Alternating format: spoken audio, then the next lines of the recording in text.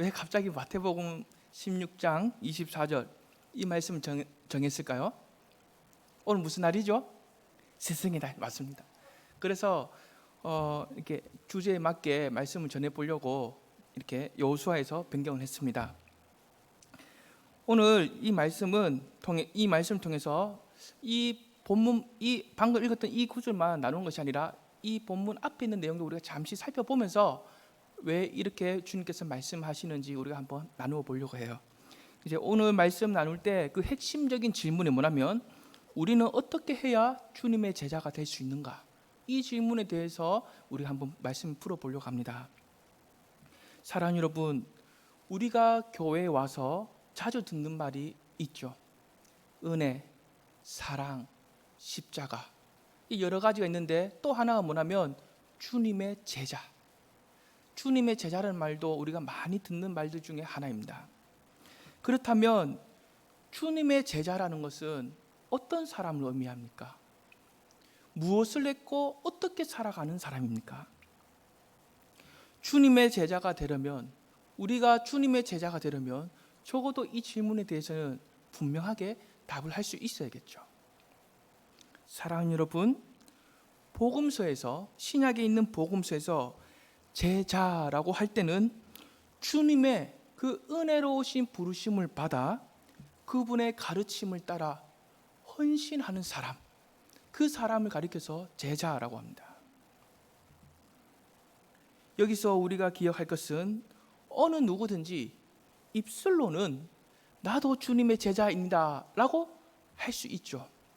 하지만 그분의 가르침을 따라서 내가 전적으로 헌신하고 결단하는 것은 주님이 어떤 분이신지 정확하게 알고, 그래서 주님께 나아가서 쏟아낼 수 있는 마음과 믿음이 없으면 절대로 그렇게 할 수가 없습니다. 마태복음 16장 13절, 오늘 본문 앞에 있는데요, 마태복음 16장 13절을 잠시 보십시오. 주님이 제자들을 향하여 어떤 질문을 하십니까? 사람들이 인자를 누구라 하느냐라고 질문하시죠. 그러자 그 제자들은 더러는 세례 요한, 더러는 엘리야, 어떤 이는 에레미야나 선지자 중에 하나입니다 라고 대답을 하죠. 이어서 또 15절을 보시면 주님은 또다시 질문합니다. 그럼 너희는 나를 누구라 하느냐? 그러자 베드로가 너무나 멋지고 뛰어난 대답을 하죠. 훌륭한 대답을 합니다. 주는 그리스도시요 살아계신 하나님의 아들입니다. 너무나 훌륭한 대답을 했습니다. 그래서 주님은 어떻게 하십니까? 네가 복이 있도다 라고 칭찬을 해주시죠. 하지만 어떤 문제가 있습니까? 베드로가 주님이 어떤 분이신지 정말 정확하게 훌륭한 대답을 했지만 그 대답 안에는 큰 오해가 함께 담겨져 있습니다. 어떤 오해가 있습니까? 이 베드로가 주님을 가리켜서 주는 그리스도시요 살아계신 하나님의 아들입니다 라고 고백을 했지만, 그 그리스도는 어떤 그리스도를 의미하는 겁니까? 로마의 지배와 핍박으로부터 해방시키는 정치적인 그리스도였다는 겁니다. 물리를 걸어 다니시고 귀신을 쫓아내시고 병든 자를 고치시고 물고기 2마리와 보리떡 5개로 많은 사람들을 먹이시는 그 놀라운 능력을 볼 때 로마의 지배로부터 이스라엘을 충분히 독립시키고 해방시킬 수 있는, 그래서 막강한 나라로 세울 수 있는 그러한 정치적인 그리스도로 오해하고 있었던 겁니다. 그래서 주님이 고난을 받아 죽임을 당하고 제3일 만에 다시 살아나야 할 것을 전하실 때 베드로가 어떻게 반응합니까? 22절, 16장 22절을 한번 읽어보겠습니다. 우리 함께 한 목소리로 읽어보겠습니다.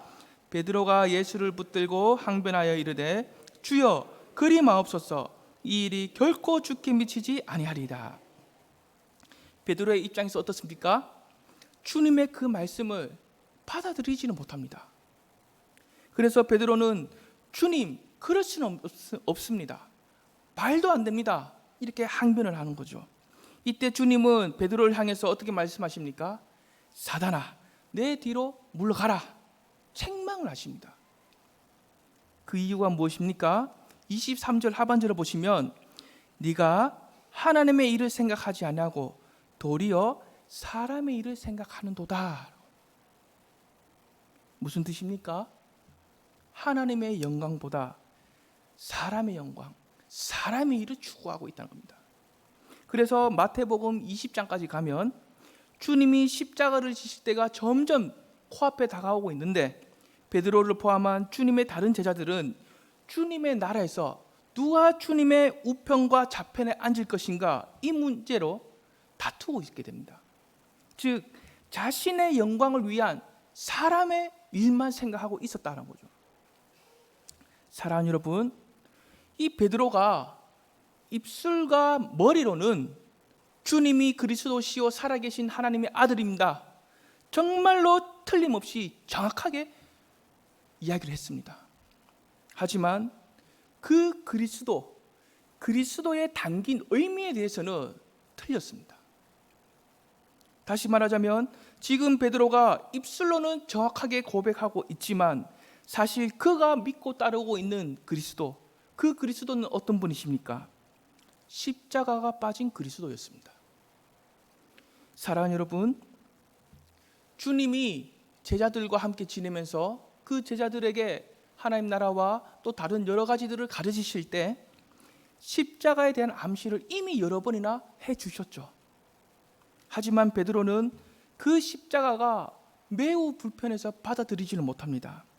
즉 베드로가 주님의 제자로 살아감에 있어서 가장 큰 걸림돌이 십자가였던 겁니다. 실제로 주님이 십자가를 지실 때 이 베드로가 어떻게 했습니까?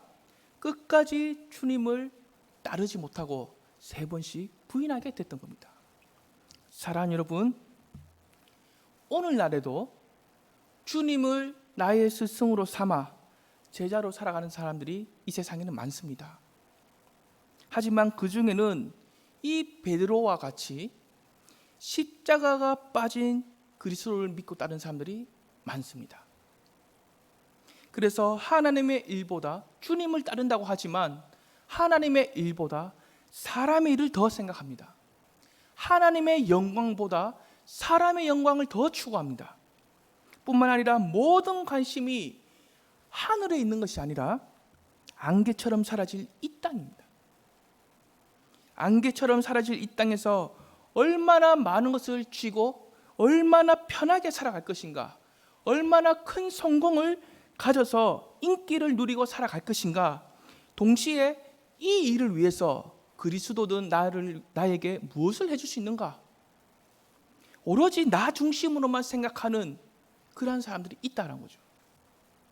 오늘날에도 마치 이 베드로가 하나님의 일보다, 하나님의 영광보다 사람의 일과 사람의 영광을 생각했던 것처럼 그렇게 주님을 따르는 사람들이 분명히 있다는 겁니다. 사랑하는 여러분, 우리가 주님을 따른다고 할 때, 또 신앙생활을 할 때 조심하고 경계해야 하는 것들이 참 많이 있습니다. 그 중에서 우리가 가장 조심하고 경계해야 하는 것은 하나님의 영광보다 내 영광, 내 자랑을 더 생각하는 겁니다. 물론 우리가 주님의 제자로 살아감에 있어서 정말 많이 부족하죠. 어떠한 자격과 조건도 우리에게는 없습니다.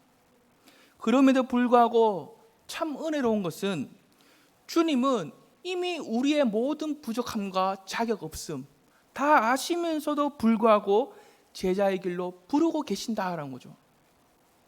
내가 남들보다 학벌이 높지 않아도, 남들보다 가진 재물이 좀 부족해도, 남들보다 뛰어난 실력과 재능이 없다 해도 그것은 주님의 제자됨에 있어서 문제가 되지 않습니다. 다만 한 가지, 문제가 되는 다만 한 가지, 하나님의 영광보다 내 영광을 더 생각한다면 그 사람은 주님의 제자가 될 자격이 없습니다. 사랑하는 여러분, 오늘 함께 읽었던 본문 24절을 보십시오. 주님의 제자가 될 만한 아무런 자격과 조건이 없는 그 어리석고 무지한 그 제자를 향해 주님은 어떤 말씀을 하십니까? 24절 함께 읽어보겠습니다. 이에 예수께서 제자들에게 이르시되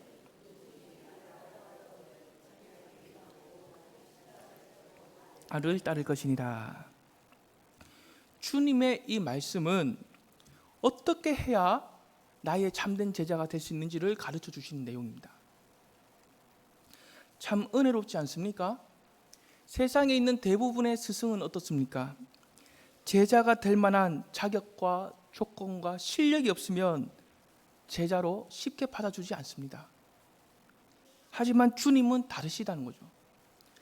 주님은 아무런 자격과 조건이 없어도 마치 그럼에도 불구하고 나의 제자가 되기를 간절히 바라는 것처럼 불러주고 계신다는 겁니다. 그렇다면 어떻게 해야 주님의 제자가 될 수 있습니까? 첫째로 자기를 부인해야 합니다. 자기 부인을 해야 합니다.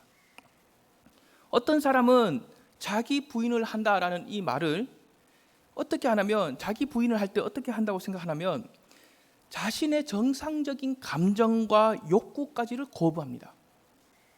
또 금식 기도를 한다고 하지만 거의 자신의 몸을 학대하는 수준으로 그렇게 합니다. 또 어떤 사람은 자기 부인한다는 것을 내가 순교자처럼 죽어야 된다, 그렇게 생각하는 사람도 있습니다. 한마디로 말하자면 금욕주의로 오해하는 사람들이 참 많다는 거죠. 사실은 그런 것이 아닙니다. 주님이 요구하시는 자기 부인이라는 것은 무엇입니까? 한마디로 말하자면 자기 중심적인 삶에서 벗어나라는 겁니다. 내 중심, 내 만족, 나를 위한 것에서 벗어나라는 겁니다. 이것이 자기 부인입니다. 사랑하는 여러분, 과거에나 오늘날에나 주님을 따르는 많은 사람들 중에서 세속적인 나의 행복, 나의 평안, 나의 성공을 얻기 위한 경우가 많죠. 이러한 사람은 주님의 제자라고 부를 수가 없는 겁니다.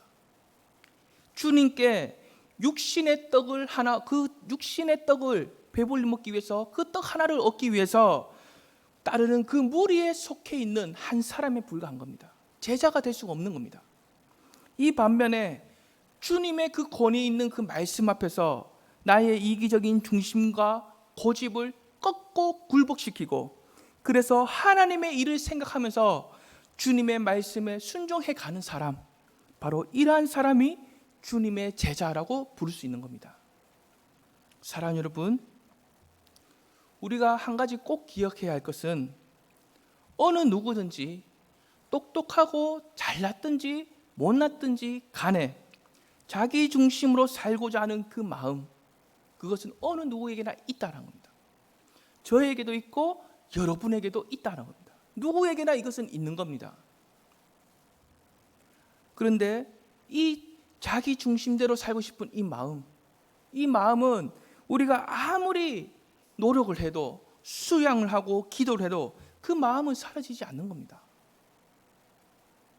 한번 그 마음을 기도해서 수양을 해서 사라지신 분이 있습니까? 여기에? 아무도 없죠. 사라지지 않습니다. 이와 관련해서 사도 바울은 어떻게 합니까? 나는 날마다 죽노라. 주님을 따라 하나님의 일을 생각하면서 살아가려면, 즉 주님의 참된 제자가 되려면 오늘과 내일만이 아니라 날마다 자기 부인을 해야 된다는 겁니다. 실제적인 예를 들면 내 이웃과의 관계를 들 수 있습니다. 우리 각 사람에게는 타락된 자기 중심성, 자기 마음대로, 자기 중심대로 살고 싶은 마음이 있다고 했죠.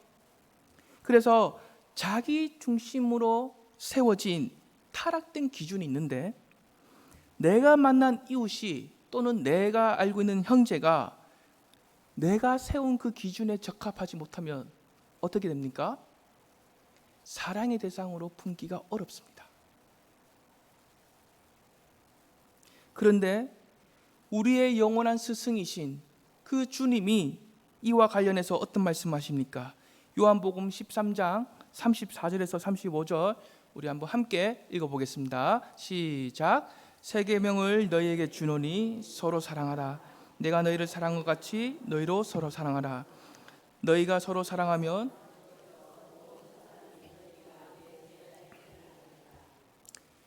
주님께서 이렇게 우리에게 말씀하실 때 내 기준에 적합하지 못한 사람이 있고 그 사람을 사랑으로 받아들일 수 없고 내 기준에 못 미쳐서 그 사람이 미워하는 대상이 되었는데 주님께서 지금 나에게 방금처럼 이 말씀을 내게 하실 때 우리에게 어떤 일이 일어나게 됩니까?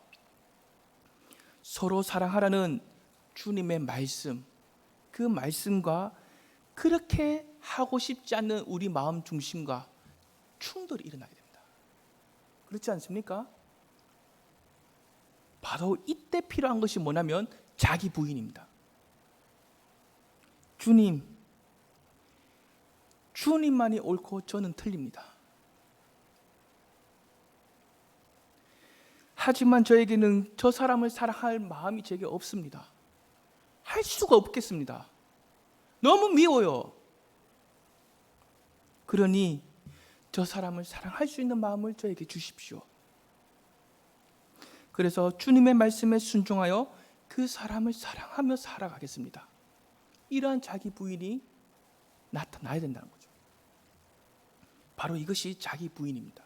주님께서 우리에게 요구하시는 자기 부인입니다. 또 한 가지 예를 들자면 결혼 생활이 있습니다. 결혼 생활. 남녀가 서로 그렇게 사랑을 해서 결혼까지 했습니다. 그래서 한 집에서 같이 살아보니까 따로 살다가 한 집에 같이 붙어서 살다 보니까 어떻습니까? 굉장하죠. 자기 중심성에서 나오는 그 이기적인 마음과 고집 때문에 어느 한쪽도 쉽게 물러서려고 하지 않습니다. 저만 그런가요? 아니죠. 요즘 분 잘 지내고 있습니다.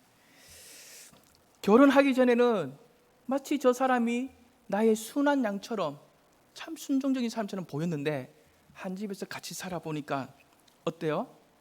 늑대입니다. 늑대. 이를 보이고 있는 늑대처럼 보이죠. 이와 관련해서 또 주님은 어떻게 우리에게 말씀하십니까? 아내는 주께 하듯 남편에게 복종하고 남편은 주께서 교회를 위하여 자기 몸을 드린 것 같이 주신 것 같이 아내를 어떻게 하라고요? 사랑하라고 합니다. 남편과 아내의 그 마음에 방금 주신 주님의 이 말씀이 또 받게 될 때 어떻게 되겠습니까? 충돌이 또 일어나게 되죠. 말씀과 내 마음 중심에 충돌이 일어날 때 어떻게 해야 한다고요? 뭘 해야 되죠? 자기 부인을 해야 합니다. 한 번 더 물어볼게요. 말씀과 내 마음의 중심과 충돌이 일어날 때 어떻게 해야 된다고요? 자기 부인합니다. 이거 잊어버리시면 안 돼요. 주님만 옳고 우리 부부가 틀렸습니다. 주님의 말씀대로 남편에게 순종하는 마음을 주시옵소서. 아내를 사랑하는 그 마음도 나에게 주시옵소서. 이렇게 우리가 자기 부인을 해야 하는 겁니다. 여기서 우리는 무엇을 깨닫게 됩니까? 주님의 제자가 되려면 우리의 일상적인 그 삶, 모든 영역에서 날마다 자기 부인을 해야 한다는 겁니다. 그래서 영원한 스승이신 주님을 점점 더 닮아가고 선한 열매를 풍성하게 맺어가는 삶, 바로 이것이 주님의 제자로 살아가는 삶입니다. 둘째로 주님의 제자가 되려면 자기 십자가를 져야 합니다. 사랑하는 여러분, 자기 십자가를 진다. 어떤 의미가 있는 겁니까?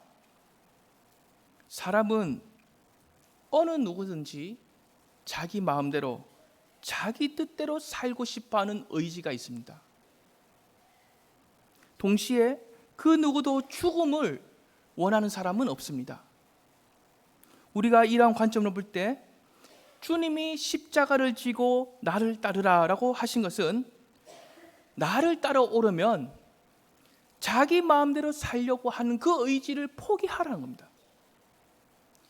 주님을 따르기 위해서는 내 중심대로, 내 마음대로, 내 생각대로 살고 싶은 것을 내려놓고 따라오라는 겁니다. 사랑하는 여러분, 죽은 사람을 보셨죠? 그 죽은 사람에게 자기 중심성을 나타내는 그 의지가 있습니까? 아무것도 없습니다. 이처럼 우리가 주님의 참된 제자가 되려면 날마다 자기 십자가를 지고 나의 중심성과 나의 잘못된 의지를 죽이는 그러한 연습을 날마다 해야 하는 겁니다. 이렇게 함으로써 우리는 이 땅에서도 무엇을 경험하게 됩니까? 부활의 생명과 기쁨을 이 땅에서도 누릴 수 있는 그 은혜를 경험하게 되는 거죠. 내가 죽어야 부활의 기쁨과 생명을 이 땅에서도 우리가 누리는 경험을 할 수 있는 겁니다. 저는 개인적으로 오늘날의 조국교회가 과거에 비해 은혜와 생명력을 잃어가고 메말라 가는 것은 시대적인 급변한 시대적인 변화와 환경이 있는 것이 아니라 교회 공동체를 구성하고 있는 그 한 사람 한 사람, 그 한 사람 한 사람이 자기의 십자가를 지고 자신의 중심성과 그 잘못된 의지를 죽이지 않았기 때문이다. 저는 그렇게 해석을 합니다. 그렇다면 왜 자기의 십자가를 안 지려고 하는 거죠? 왜 자기의 중심성과 잘못된 의지를 죽이지 않으려고 하는 겁니까? 답은 간단합니다. 입술로는 내가 주님의 제자가 되고 싶다고 말은 하지만 실제로는 뭐가 보입니까? 나의 억울함, 나의 손해, 이게 보이기 때문에 따를 수가 없는 거죠. 사랑하는 여러분, 여기서 우리는 무엇을 기억해야 합니까? 오늘 본문 24절을 다시 보십시오. 누구든지 나를 따르라, 이렇게 말씀하십니까? 아니죠. 누구든지 나를 따라오려거든 이라고 합니다.